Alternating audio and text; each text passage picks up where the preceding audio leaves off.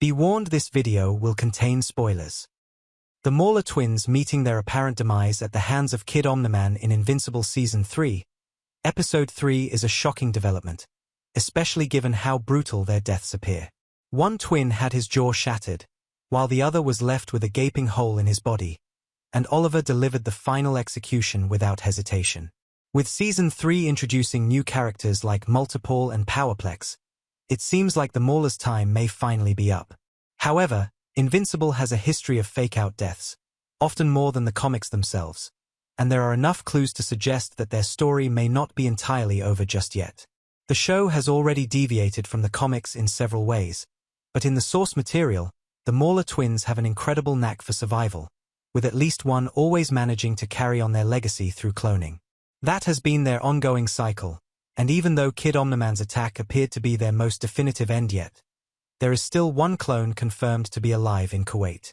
That revelation alone leaves the door open for their return, despite how final their fate seemed in Episode 3. Given how important the Maulers have been to Invincible's overall world-building, their return, whether immediate or further down the line, wouldn't be surprising. Oliver's actions, however, are just as significant as the Maulers' potential return.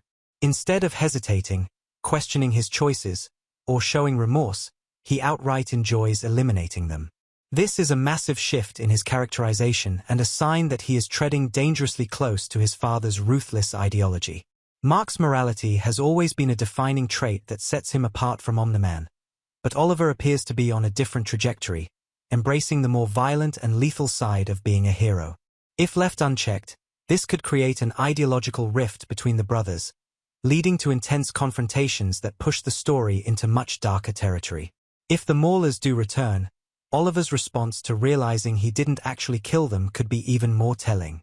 Will he double down on his methods and try to finish the job again? Or will he start to question whether he is truly different from his father? This internal conflict could become a major turning point in his character development, especially if Mark and Debbie try to guide him toward a more ethical approach. But if Oliver chooses to ignore their influence, it could solidify his path toward becoming just as ruthless as Omni-Man. Beyond the impact on Oliver, the Maulers' absence will also affect the tone of the series.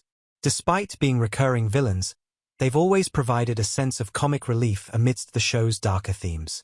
Without them, the story could take on an even heavier tone, especially with so many looming threats like Cecil's plans, the Viltrumites, and the inevitable return of Angstrom Levi.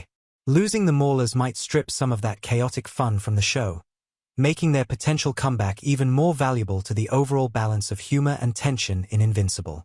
What do you think? Are the Mauler Twins truly gone for good? Or do you believe the last remaining clone will re-enter the story? And how do you feel about Oliver's growing bloodlust? Do you think he's on the path to becoming just as dangerous as his father? Drop your thoughts in the comments.